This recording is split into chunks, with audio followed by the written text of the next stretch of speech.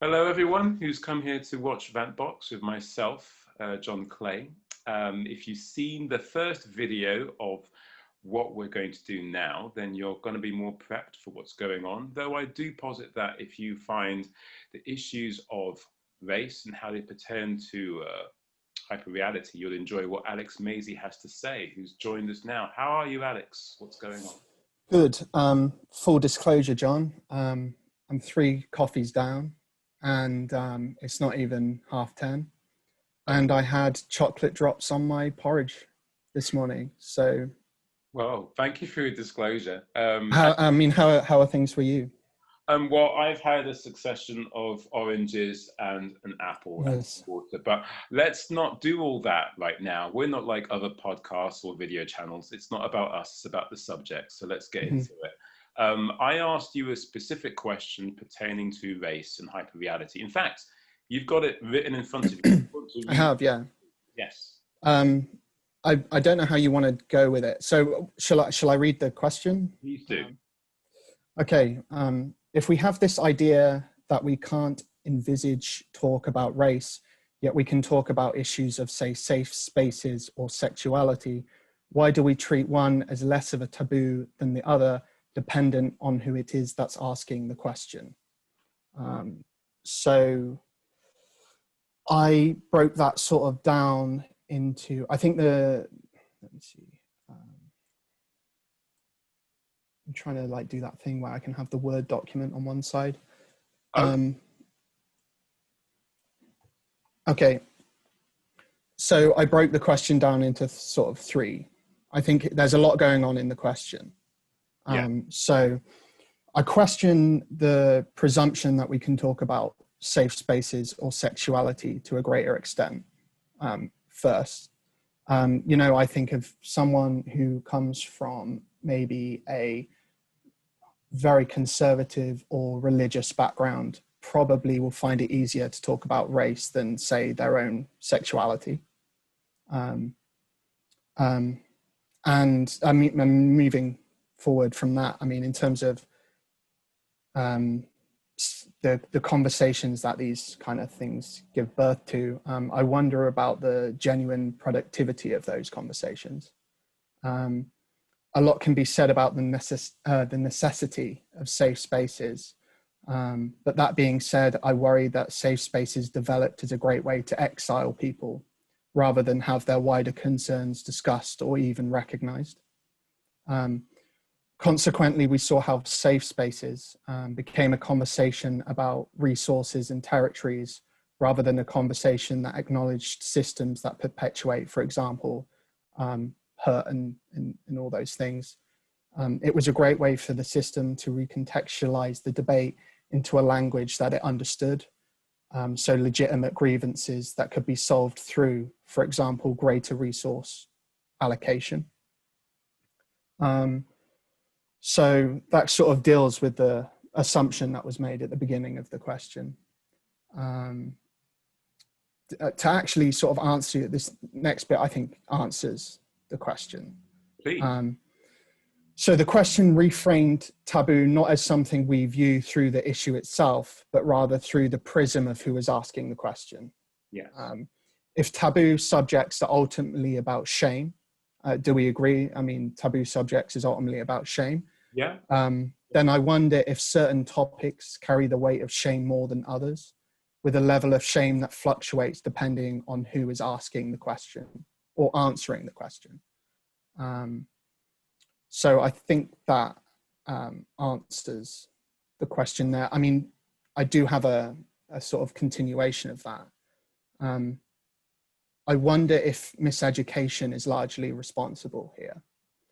For example, many people have the idea that to even consider something like racial differences in racial experience is itself racist. Sorry, can you repeat that? So many people have the idea that to even consider something like differences in racial experience is itself racist. Ah, okay. People are indoctrinated to think, perhaps through the presence of something like Carl Jung's collective shadow, perhaps through the operative workings of hyperreality, that to even consider a person from an alternative racial perspective that differs from your own, whilst that person is asking a question, for example, somehow becomes inherently racist. If racism or even ignorance is also a moral crime, then to be either racist or ignorant, even within the level of the unconscious, is to admit a moral deficiency. And if we were to begin, even as individuals, to question or inspect our systems of morality, then we might find it replaced with a hypermoral simulation, where it is enough, or at least equal in value, to exhibit a moral virtue rather than to actually live according to it.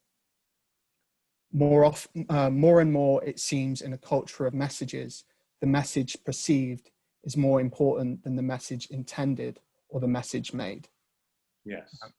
So I hope that was where I got to with that question. Wonderful. We did agree off camera that we're going to have more of a conversation than my usual Spanish Inquisition type mode. So if you want to pick a certain aspect of what you've just read that perhaps toy around with, and I'm not blasé about this. If you have a question for me, then we can continue the conversation, because I think we'll probably gain more from that in this. Yeah, I totally agree. So go for it. What specific? I wanted to ask you, do you think racism is a moral issue? Is that how you would class it? Is it something to do with morality? Well, it stems from an immorality. Its history is based upon classifying a section of humanity as being less than. And so therefore, if we do not consider the moral implications of this, this disease, then yeah, we are doing the history a disservice, and our ability to go beyond that history. A great deal of work would have to be made there. So yeah, I guess my answer is yes. Okay, yeah. From there, I'd be inclined to ask you where you base your morality. What do you base your morality on? It's very simple. I'm not an atheist as such, simply because I believe the idea of stating that is not something that I can truly give myself over to. I do not know everything about this universe. Yeah, I agree. Yeah. So I'm quite happily agnostic, I guess. Where does my moral come from? I think it's just about this really maybe cheesy idea of teamwork being like the only way to truly be happy. Anything that I can think about, anything has come from an interaction, whether it be this conversation that I'm having with you, which is quite relieving, to a book that I'm reading, which has been written by someone else. There's teamwork going on there. There's yeah. So my moral basis comes from the fact that ultimately working together makes sense. If I decide that a whole group of people can't be worked with, then there's got to be a significant reason why, and there shouldn't be a total obfuscation of that truth. I should try and work through it if possible, you know. So I'm morally obliged to have connections with people. I can't live as a man on an island. I don't really recommend it. Obviously, there are moments when you need to get away from the group to understand something about yourself. We call that me time, right? We call it maybe walking through a field or on a bench with a book, you know, pre-COVID times. So, yeah. So you think your moral is derived sort of just from yourself?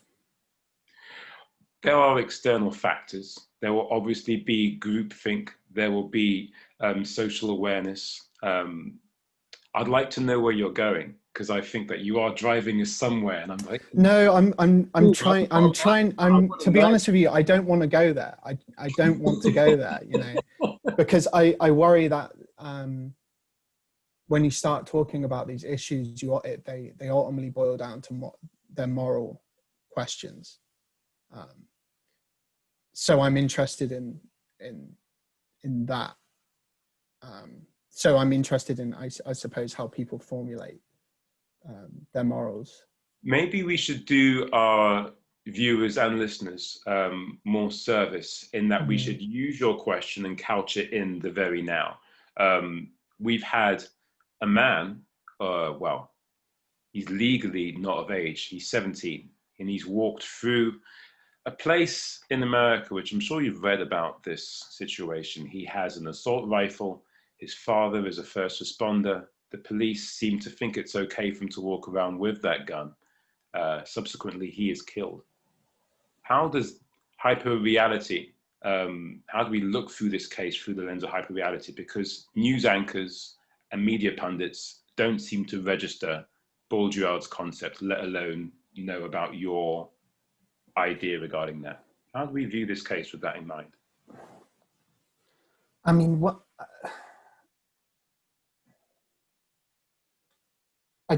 I try not to think about it in individual cases. I mean, there's a lot that could be said about the media shaping our perceptions in terms of a case, and that's, I suppose, the nature of hyperreality. You know, how that simulation informs our perception more so than the reality of what happened.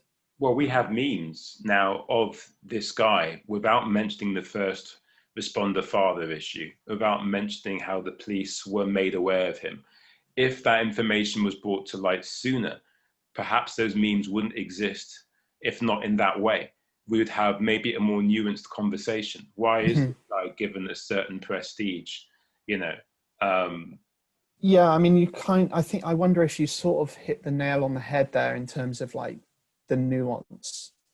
And I think the thing with hyperreality is it's, especially in terms of media perceptions and media constructions, is they have to lack that. They have to sort of lack nuance and subtlety and inflection to create a narrative that is usually going to result in engagement in terms of likes or comments, or in this case, memes. So the structure of those things themselves are built in a way that don't facilitate reality. Yeah, because it's maybe a scary concept to even voice, because I don't really want to live in that world, but hey, here I am. Will use these tragedies as an engine for their own campaign, whether we're talking about that one person on Facebook or Twitter, or that news pundit who is saying that it was a good thing that that guy had a gun to uphold the law when the police were unable to. What does that man have to say about himself when he's saying this, that he's comfortable with? Yeah. You know, he's got a large platform. It's quite horrible. What are your thoughts on this? I mean, like I said, I haven't thought about the situation specifically, because I try and think about the overarching theory in which we can make sense from sort of a top-down level.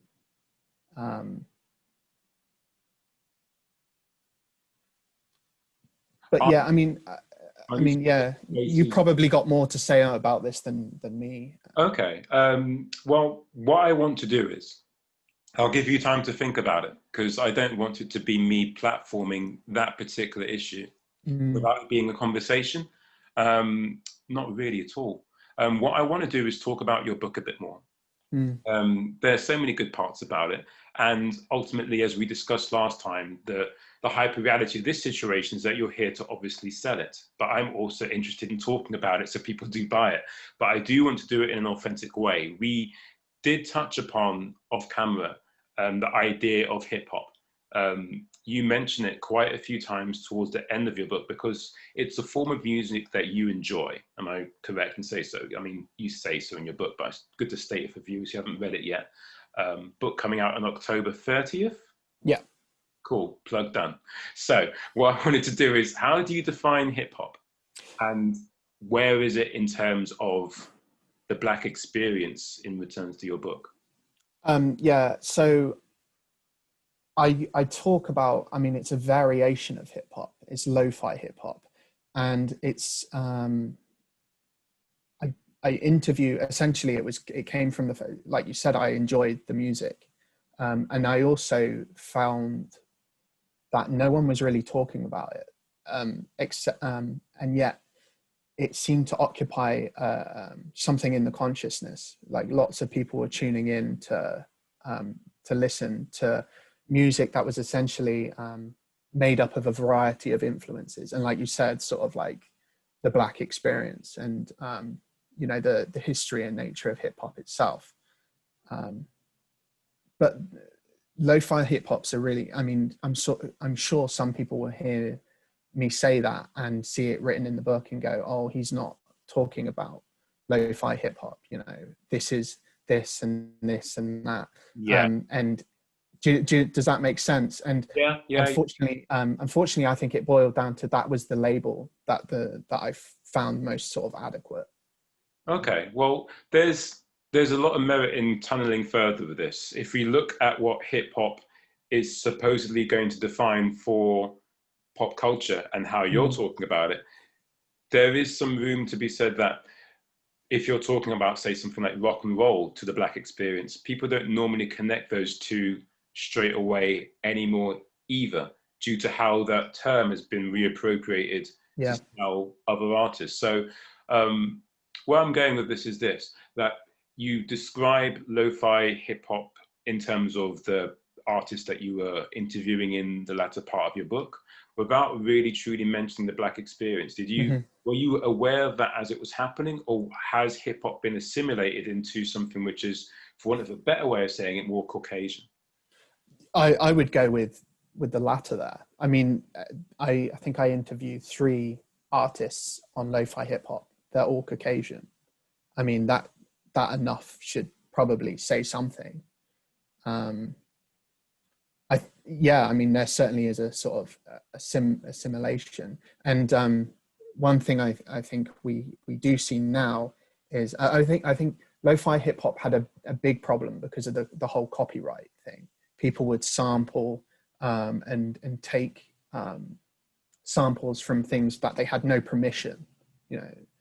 There was no, so for me, it was a direct challenge to people, to like people who claimed a creative ownership over things. But yeah, I think that's a legitimate criticism. And if you sort of occupy, when I interviewed Axion, we talked a great deal about the histories of hip hop. And I think Axion is, can you give us a little kind of? So he, personally, I think he was one of the very first producers to really start pushing lo-fi hip hop. So I think he had a video on YouTube. I want to say it's got like several million views. Dozing Off, I think it was called. That was how I discovered the music, and I came at that music through vaporwave. Right. Which itself was a sort of deadpan recontextualization of corporate music that was made in sort of the 80s and 90s. And it was like co-opted by sort of a very revolutionary urge to take that away from them and make something new, and to also to show people that just like the nature of the simulations that came to dominate life in for example, throughout the 80s. Sure. So that's how I came to something like lo-fi hip hop, because it was better. Like I like hip hop. It's something I grew up with. So when I saw the sort of like the recontextualization of all these different things, a lot of the things that they sample are things from my youth. So it was coming at an angle of like nostalgia, and of course hauntology plays a large part of this. The idea that our generation were promised a future that we were never given. So for me, that's how I came to lo-fi hip hop, and that's sort of why I enjoyed it to the extent that I do. And of course, now the other issue is you have the saturation. Money men have come on board now, and they've almost stripped the whole scene of like the sampling nature, because it was not geared towards making money. Sure. But now I think you can hear like lo-fi hip hop on like an advert. I see them on YouTube now, like, I don't know, like a bank or something will have like a very like hip hop inspired backing track or something. Yeah, I actually think that was an advert where like a guy's like, they were like talking about what music people like, and he was like, oh, lo-fi beats to relax to. I mean, so you talk about something being simulated. I mean, there you have it, really. I mean, a major bank taking something like that and using it, and then stripping it of all meaning. Yeah, I would say that you and I would be, obviously we're not happy about that, but we know it's happening and we know it's going to continue happening. But yeah, because you have an attachment to the music, it will still knock you for six when you see it, right? It's like, whoa, really? And it's like, yeah, of course. Yeah, but that's the thing. Like when I'm in a lot of groups, and I'm just like interested in the scene, and I see so many people being like, oh, it's dead now, the scene's dead, and like, oh, it's gone now, it's pointless making another lo-fi hip hop song. And I'm like, no, like, just because they've co-opted it, like, doesn't mean we can like not go back to like what it was about and like try and keep that flame alive. Yeah. Otherwise, you know, they're going to just keep doing this forever. Sure. Every creative impulse we ever have is going to be co-opted and sold as a product. And the day we go, okay, well, they've done that. I mean, it's a great strategy of the system, isn't it? To take any revolutionary impulse, any kind of fracturing of reality that a prism of creativity can provide. It's a fantastic mechanism in which to remove everything. Yeah, it's the one good idea in the second Matrix movie. That yeah, that's a bad movie. Like I like the first. I mean, the first one's like probably the greatest film of the last century. The final last great film. I think it came out in like 99 or something. Okay. I might be wrong, but when I think I used to drink, I could have said that in a pub after 2 pints because I'm that much of a lightweight. But I don't think I could say it now, even drunk. You haven't seen the 4 beers I've had. With the coffee. No, yeah, with all the coffee, yeah. But the second film's bad. I mean, what did you think of the third one? Terrible. And I don't want to go completely off topic. We'll nerd out very soon. I wanted to talk about unwittingly causing erasure to an oral history that is hip hop. And make no mistake about it, you've seen my posts and what I write about musically. I am just about a tourist in that field, so you get to guide us in this conversation. But I come in as a tourist asking you, is there a conversation between you and your lo-fi buddies about the possibility of erasure of where lo-fi hip hop comes from? I mean, yeah, I would say there's a lot of conversation about, you know, sort of kids. There's that kind of like that boomer-esque mentality of like these kids in their rooms, they're making this lo-fi hip hop, but they don't know anything about the history of or the culture or like where it came from. So I mean, you get that, and it's meeting it halfway, isn't it? Because I think there comes a point where it stifles creativity, because people go, oh fuck, like I don't know anything about what they're talking about, so I'm gonna like not touch this. But at the same time, you got to have those like old heads there being like, look guys, you know, this music comes from this tradition, and also like we need to move over this idea that like things exist in a vacuum. I think loads of people are like, oh, you know, you asked me a question in our last interview, like, about like, oh, derivative copycat works. You know, the idea that like my book is somehow this thing that was birthed into creation in a vacuum is just seems silly to me in retrospect. And yet we search for it, don't we? Yeah, like the community, not just you and I, but we're looking for that thing which is original, constantly. Yeah, constantly original. Yeah, I mean, I just the book I'm writing now. I've been watching and reading like loads of stuff about David Lynch, and people sort of talking about him creating his films in a vacuum, like that there is no debt to like Hitchcock, and then you go and read someone like David Foster Wallace's article on Lynch and what it means to be Lynchian, and he makes it quite clear that like there is a debt to be paid to directors, to a history of film and to a history of art and avant-gardism, but still people are like, oh, you know, it's like this box that like it's so creative and so original. Well, they want that box. They want to believe that they were part of a time when they had something special to call their own, and therefore they will be able to be 80 years old one day and tell grandkids that, hey, we had this. You know, that's the whole thing. It's that whole Christopher Columbus algorithm of trying to discover something new. Yeah, God, yeah. That, I mean, maybe that's where it comes from. That idea of like, definitely. I want to understand, before tying up, how to promote more about what I've read in your book without spoiling it. It's only 80 pages, and yet there's so much in there.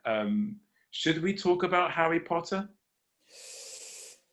I mean, I quite liked your analysis. I mean, it was optimistic compared to mine. I mean, just maybe we should just highlight the fact that I said one thing I wanted to happen at the end was I think Harry needed to kill someone.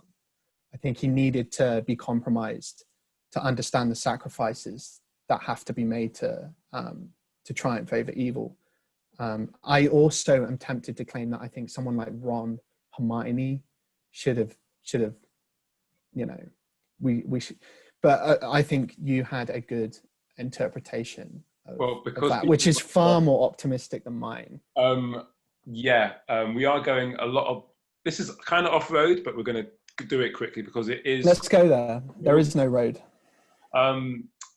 The idea about Harry Potter killing, I didn't agree with, because his story is about realizing love as being this all-powerful alchemical force, to take something horrible, like him being the child that lived, into being like this victor over he shall not be named.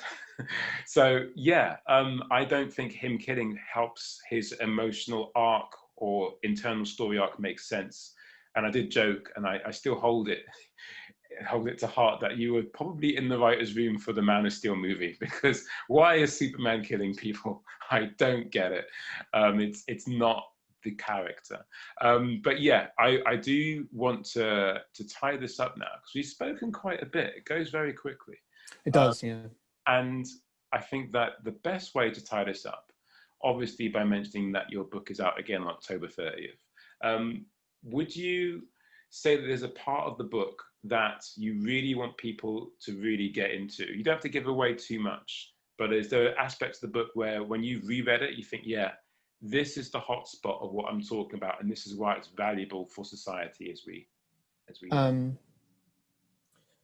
I quite liked the Adventures in Hyperreality chapter, when I talk about getting off a train in Manchester and being bombarded by signs and symptoms. And I always had it in my head that that would make for a good book. You know, the idea that you could just write a book sort of going from town to town, place to place, sort of analyzing the world through a lens that takes into consideration like sign value, hyperreality, simulacra, all of these things. So I mean, I enjoyed writing that part. It was good to read concerning, again, Harry Potter, in terms of when you come out of that station, what station is it? So I talk about two cities. I talk about Please. Manchester as like the northern powerhouse of the UK. I want to talk about a plutocratic city like Oxford, which it feels like a different world when you go there, compared to somewhere like Manchester. And I wanted to stay away from somewhere like London. I didn't want it to feel sort of London-centric. So I talk about the train station is in Manchester Piccadilly. Yeah, yeah. And that whole nostalgia for a time that never actually existed, reselling various elements of patriarchy and establishment and British norms to a whole new audience in order to maybe convincingly convey those ideas to their loved ones and their kids and continue that tradition, which really is another form of erasure. There's so much we can talk about regarding race and hyperreality, but we've run out of time. We will come back to this, I think, at another time, if that's something you're comfortable with. Yeah, no, feel free to ask me back. Yeah, cool. I'm more than happy to talk. I feel like it's productive. I wouldn't do it if I didn't feel like, if I felt like we were sitting here like being trite and banalizing the issues, then I wouldn't do it. But I like to think we don't do that. Yeah, so. Indeed. It is a safe space for me to talk about these issues with you. I mean, there's only so much you can do in a thread on FB. There's just too many interesting people with issues. Thankfully, this has been good. Can people find you on the interwebs? Where do they go? Give us information. They can. Best place is probably Twitter, Alexzander Mazey, or Alex Mazey, Mazey, or Instagram. Same thing. Yeah, I'm sure if you want to find me, you'll find me. You know. What about you, John? Where can we find you? Oh, you're not obliged to ask me that. This is the problem of not having a co-host anymore. Deanna, we miss you. Please, please, please, please. One day, maybe 10 years from now, a lot sooner, come back. If you want to find more videos about Rantbox TV, just put hashtag Rantbox TV into your Google search drive and you should find something. It's not really worth finding me, but these videos will do well if you basically check them out and hopefully might answer some questions that you have. If not, you know, maybe you want to posit some questions to us. That would be great. Thanks for now. Goodbye. Stay well.